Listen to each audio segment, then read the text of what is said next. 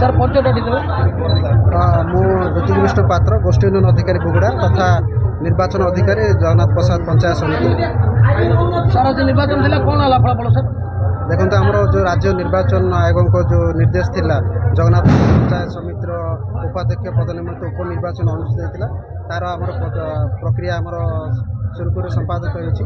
तो आज आमर समस्त समिति मेंबर 25 जन उपस्थित थे से दुईटी नामांकन पत्र दाखल होता आ निर्धारित समय पूर्व कौन प्रार्थीपत्र प्रत्याहार हो नाला तेणु आम से 2 जन को लेकिन निर्वाचन प्रक्रिया संपादन करूँ से मध्य आमर प्रथम भाव नीलांचल खिलार जड़े प्रार्थी थे आउ जड़े पंकज कुमार प्रधान जड़े थे 2 जन को आम जो बैलेट पेपर भोटिंग कराला से मध्य नीलांचल खिलार 15 खंड भोट पाई और पंकज कुमार प्रधान 10 खंड भोट पाई तेणु आम भोट गणतिर फलाफल अनुसार नीलांचल खिलार सर्वाधिक भोट पाई उपाध्यक्ष पद निमित्त निर्वाचन। सर केतोटी भोट नाकच होइतिला? नहीं कौन भोट नाकच होइनी।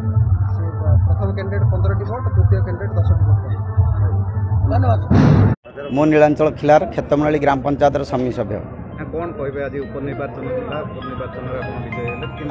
आज उपनिर्वाचन में मोट 25 गोटी समिति सभा उपस्थित थे 25 गोटी समिति समस्ते मतदान प्रदान कर आमको 15 गोटी भोट मिली मो विपक्ष 10 गोटी भोट। आगामी दिन में जगन्नाथ प्रसाद ब्लॉकर सर्वांगीन उन्नति करने मुझे शपथ नहीं सहित गरीब निरीह निर्यातित लोक मैंने जो अच्छा से बहुत सेवा देवाई मुझे शपथ ग्रहण कर विजय उत्सव श्रेय आम प्रिय विधायक प्रद्युम्न कुमार नायक देवी सहित बीजेपी कर्मकर्ता देवी।